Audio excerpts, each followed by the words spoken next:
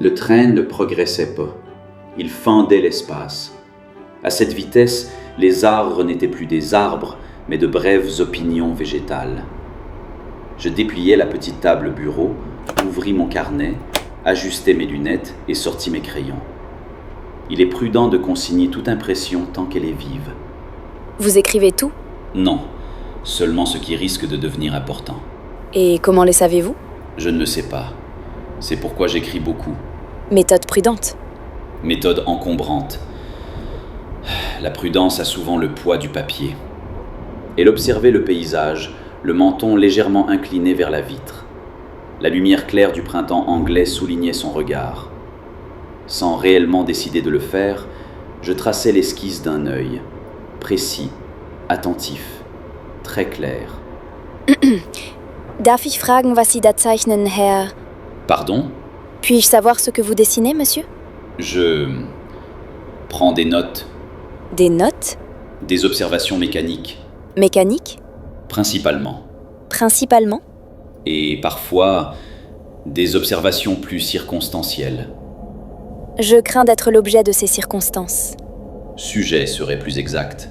Plus exact, mais plus compromettant. Vous comprenez donc mon embarras. Je comprends surtout que vous avez dessiné mon œil.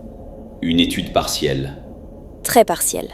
anatomiquement discrète, graphiquement modeste. Et scientifiquement justifiée ? Je suis encore à la recherche de cette partie.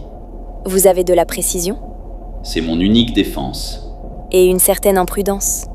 C'est mon principal problème. Permettez-moi de détourner la conversation vers un terrain moins périlleux. Lequel ? Vos travaux. Ce terrain est-il vraiment moins périlleux ? Pas nécessairement, mais il est mieux éclairé. Vous vous intéressez aux plantes ? Avant les insectes, oui. Dans ma jeunesse, j'ai consacré 3 années au système de classification végétale. Vraiment ? Y a dissertation stemma ? Mon sujet de mémoire, étude comparative des mécanismes de pollinisation croisés chez les angiospermes symbiotiques des zones tempérées. Ah, Voilà un A qui ne ressemble ni à de l'ennui, ni à de la politesse. continuez. J'étudiais les fleurs non comme des formes isolées, mais comme des dispositifs en attente. Une corolle, une tension, une ouverture, et parfois un insecte précis pour déclencher l'ensemble. Une serrure vivante. Exactement. Et l'insecte comme clé. Fräulein, vous venez de résumer 3 années de travail avec une élégance déloyale. Regardez ceci. Ces corolles sont renforcées, Assistez. ces lignes sur les pétales. Des nervures artificielles. Très fines. Elles suivent la structure naturelle. Et ce point de tension, Un déclencheur. Il réagit à la pression. à la pression d'un insecte, D'un insecte spécifique. le poids, Le poids, l'angle, la durée du contact. par les antennes de l'inné. Vous jurez souvent par des naturalistes ? Seulement dans les moments d'émotion taxonomique. Je n'invente pas le mouvement de la plante. Je l'amplifie. Je lui donne une réponse plus rapide, plus précise. Vous intervenez dans la logique du vivant. Comme vous, avec vos ailes artificielles. Touché. La question n'est pas « devons-nous intervenir ?» La question est « comprenons-nous assez ce que nous touchons ?» Voilà une phrase que certains ministères devraient recopier 100 fois. Les ministères recopient rarement. Ils tamponnent. Vous êtes plus sévère que vous n'en avez l'air. Et vous, moins distrait que vous le prétendez ? Vous défendez donc une classification fonctionnelle ? Oui. Les formes seules ne suffisent plus. Une plante devrait être classée par ses relations, ses réponses, ses dépendances. Je maintiens que l'insecte reste l'agent révélateur. Révélateur, oui. Centre, non. Vous êtes dur. Je suis botaniste.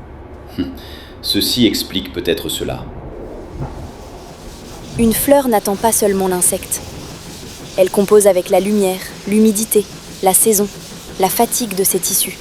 Vous parlez comme si la plante avait une mémoire. Pas une mémoire comme la nôtre, mais une histoire inscrite dans sa matière. Alors l'insecte ne lit pas une fleur, il entre dans son histoire. Voilà. Et parfois, il en tourne la page. Nous ne cherchions point à convaincre, nous explorions. Je ne saurais dire à quel moment exact les falaises laissèrent place aux banlieues industrielles. Le temps s'était contracté. Il me sembla que ce trajet avait duré moins qu'un battement d'ailes. Le train ralentit.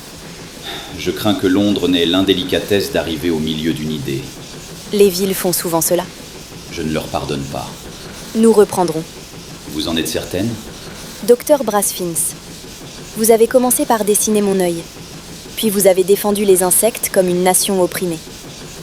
Je pense que cette conversation n'est pas terminée. Formulé ainsi, je me sens à la fois honoré et inculpé. London, Charing Cross, Terminus. London surgit d'abord comme un grondement, puis comme une odeur. Charbon, huile chaude, pluie ancienne. Et tandis que la gare nous absorbait, je compris que cette rencontre n'était déjà plus une simple coïncidence. C'était une hypothèse en marche.